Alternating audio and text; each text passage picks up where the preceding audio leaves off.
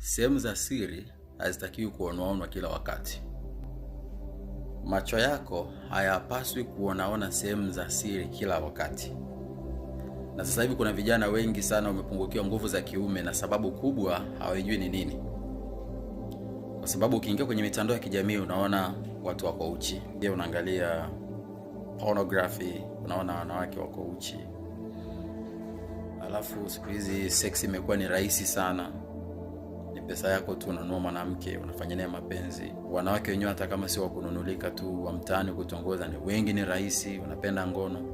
Kwa mwisho wa siku ni kwamba ili penzi liwe tamu, ili penzi liwe jipya, liwe sweet kama Mungu alivyokuwa ameplani, lazima umiss, yani macho yako ya miss kuziona sehemu za siri.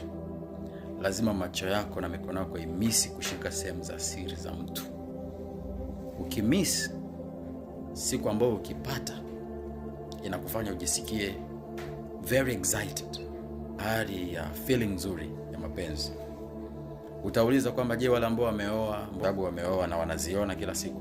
Let me tell you, wale ambao wameoa pia, asipokuwa makini na mke wake, mwanaume huyo au mwanamke asipokuwa makini na mume wake, naye pia anamzoea kama kaka yake, anamzoea kama dada yake, kiasi ambacho mwenzake anaweza kuwa yupo uchi lakini hana hisia za mapenzi.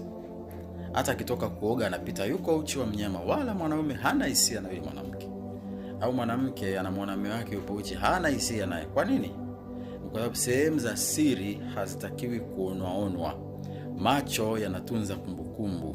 Kumbukumbu inafanya unajisikia like umezoea, unakinai. Sio mimi nasema, ni masomo ya psychology. Huwezi ukapingana na ukweli. Hata mke unapokuwa naye ndani, sio lazima ufanye naye mapenzi kila siku.